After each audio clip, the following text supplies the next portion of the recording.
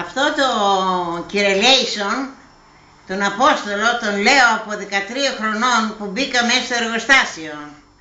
Θα τον μάθετε και να τον λέτε κι εσείς και θα λέτε σκατά στην ψυχετσιά γιάκας μου. Λοιπόν, ακούστε παιδιά. Πήγα μια Κυριακή από τον Απόστολο στην εκκλησία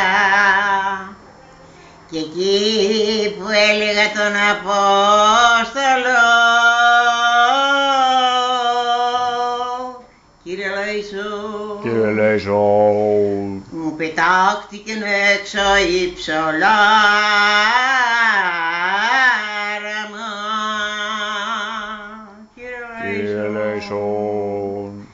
Την είδαν οι παντρεμένες και γελάσανε, την είδανε και οι χείρες κι αναστενάξανε, κύριε Λέησον. Την είδαν και τα κορίτσια και ντροπιαστήκανε, κύριε Λέησον. Εσείς παντρεμένες, γιατί με είδατε και γελάσατε, γιατί τις παίρνουμε κι εμείς σαν λάχανα και τις πετάμε σαν παραπούλια, κύριε Λέησον.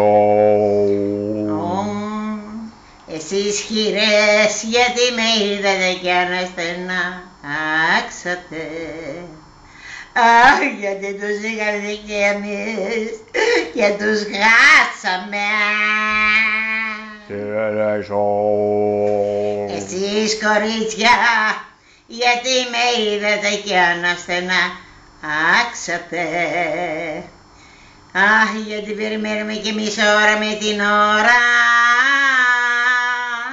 ότι να ανοίξει η πόρτα του παραδείσου, κύριε Λέησον. Και του χρόνου να είμαστε καλά, να ζήσετε να με θυμόσαστε. Φιλάκια πολλά, σας αγαπώ πολύ.